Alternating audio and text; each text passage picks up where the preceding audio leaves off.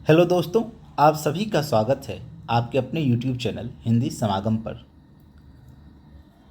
आज हम लोग बिहार स्टेट पेपर 2 के विषय हिंदी में संकलित कहानी का प्लॉट जिसके लेखक शिव पूजन सहाय जी हैं उसके बारे में पढ़ेंगे। तो आइए इस कहानी को देखते हैं। सबसे पहले लेखक की जीवन परिचय से रूबरू हो जाते हैं, क्योंकि परीक्षा में एक दो प्रश्न जीवन परिचय से जरूर पूछा जाता है। तो आइए देखते हैं। आचार्य शिव पूजन सहाय हिंदी साहित्य के एक प्रसिद्ध साहित्यकार, उपन्यासकार, संपादक और पत्रकार थे। उन्होंने अपना पूरा जीवन हिंदी साहित्य और भाषा की सेवा में समर्पित कर दिया। इनका जन्म 9 अगस्त 1893 को बिहार के शाहाबाद जिले के उनवास गांव में एक मध्यवर्गीय कृषक परिवार में हुआ था। प्रारंभिक शुरुआती शिक्षा गांव की ही एक पाठशाला में हुई। कार्य को देखते हैं। 1913 में मैट्रिक पास करने के बाद उन्होंने बनारस की कचहरी में हिंदी नकलन 20 लिपिक की नौकरी की। ये आप अवश्य याद रखें, क्योंकि ये प्रश्न पूछा जा सकता है कि उन्होंने कौन सी नौकरी की, तो आपको इसका उत्तर याद होना चाहिए। 1914 में विभिन्न संस्थाओं में हिंदी के अध्यापक के रूप में काम किया। 1921 में असहयोग आंदोलन के प्रभाव में उन्होंने सरकारी नौकरी छोड़ दी और कलकत्ता चले गए, जहां वे पत्रकारिता से जुड़े।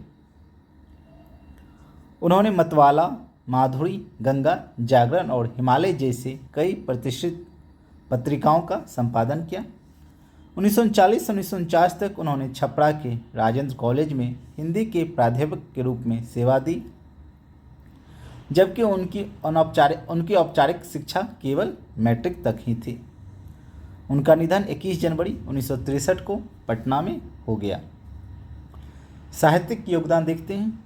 शिव पूजन सहाय जी ने अपने लेखन और संपादन के माध्यम से हिंदी साहित्य को समृद्ध किया। उन्होंने प्रेमचंद और जयशंकर प्रसाद जैसे महान साहित्यकारों की रचनाओं का संपादन भी किया। उनका एकमात्र उपन्यास कौन सा है? देहाती दुनिया है, जो 1926 में प्रकाशित हुआ था। इसे हिंदी का पहला आंचलिक उपन्यास भी माना जाता है, जिसमें ग्रामीण जीवन का यथार्थ चित्रण किया गया है। कहानी संग्रह देखते हैं।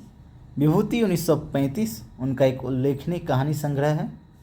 निबंध संग्रह, उनके कुछ प्रमुख निबंध संग्रह हैं जो इस प्रकार हैं: चक्कर क्लब, न्याय का संघर्ष, बात बात में सच, बात बात में बात तथा देखा, सोचा और समझा। इनकी संरचनाएं देखते हैं। उन्होंने संस्मरण, जीवनी, अन्य कई विषयों पर भी लिखा। उनकी संपूर्ण रचनाएं शिव पूजन रचनावली के कई खंडों में प्रकाशित है। पुरस्कार, हिंदी साहित्य में उनके योगदान के लिए उन्हें 1960 में भारत सरकार द्वारा पद्म भूषण से सम्मानित किया गया। आप ये याद कर लें कि उन्हें किस वर्ष पद्म भूषण से सम्मानित किया गया, तो 1960 में। शिव पूजन सहाय की कहानी का प्लॉट का सारांश अब हम लोग देखेंगे। सबसे पहले पात्र से परिचय हो जाते हैं। मुंशी जी, जो कि इस कहानी के प्रमुख पात्र हैं, जो दरोगा जी के एक छोटे भाई हैं। दरोगा जी के निधन के बाद उनकी आर्थिक स्थिति खराब हो जाती है। दरोगा, जो कि मुंशी जी के बड़े भाई हैं, जो एक पुलिसकर्मी थे और अपने पद का दुरुपयोग करके बहुत धन कमाया, लेकिन सब अपनी जिंदगी में ही उड़ा दिया। भगजोगनी, जो मुंशी जी की बेटी है, जो गरीबों में पली बढ़ी और जिसकी माँ का निधन उसके जन्म के समय ही हो गया था। वह बहुत सुंदर है, लेकिन गरीबी के कारण उसका सौंदर्य छिप जाता है।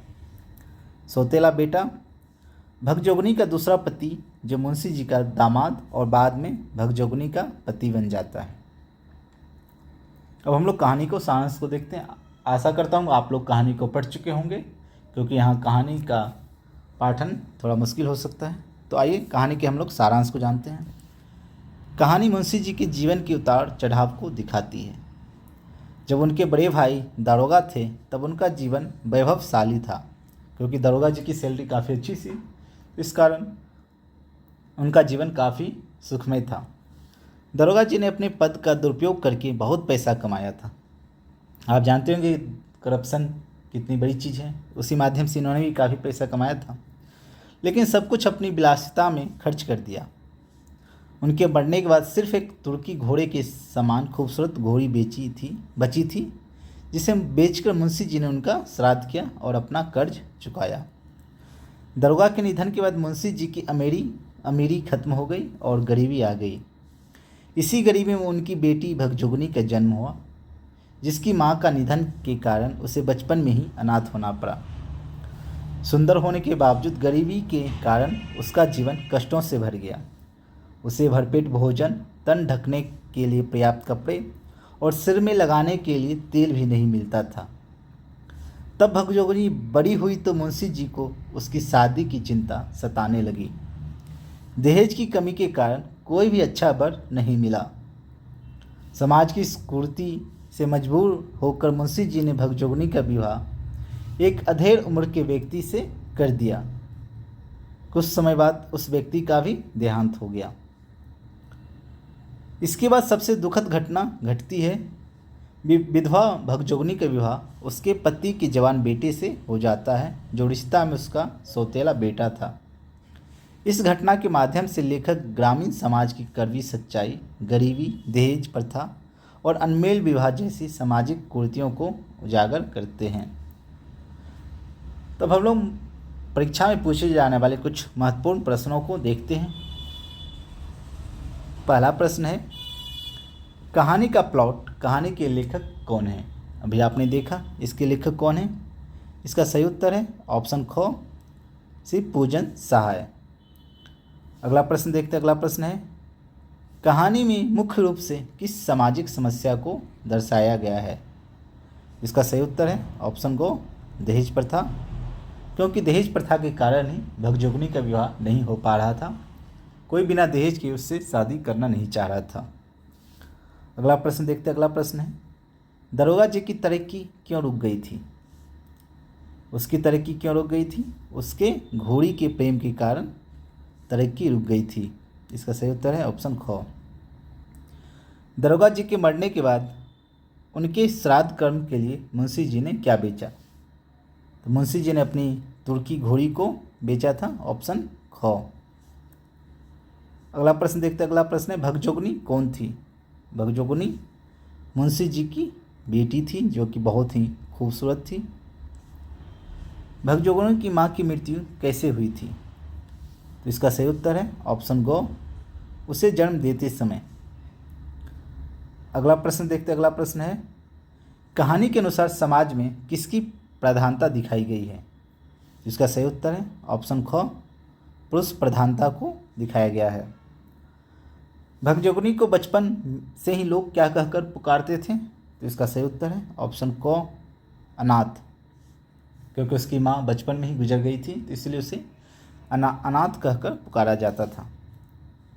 अगला प्रश्न देखते हैं। अगला प्रश्न है, हड्डियों के खंडहर में सौंदर्य देवता कैसे टिके रहते? यह कथन किसके लिए कहा गया है? तो इसका सही उत्तर है ऑप्शन गो, भगजोगनी, जो कि बहुत ही बेहद ही खूबसूरत थी, उसी के लिए यह कहा गया है।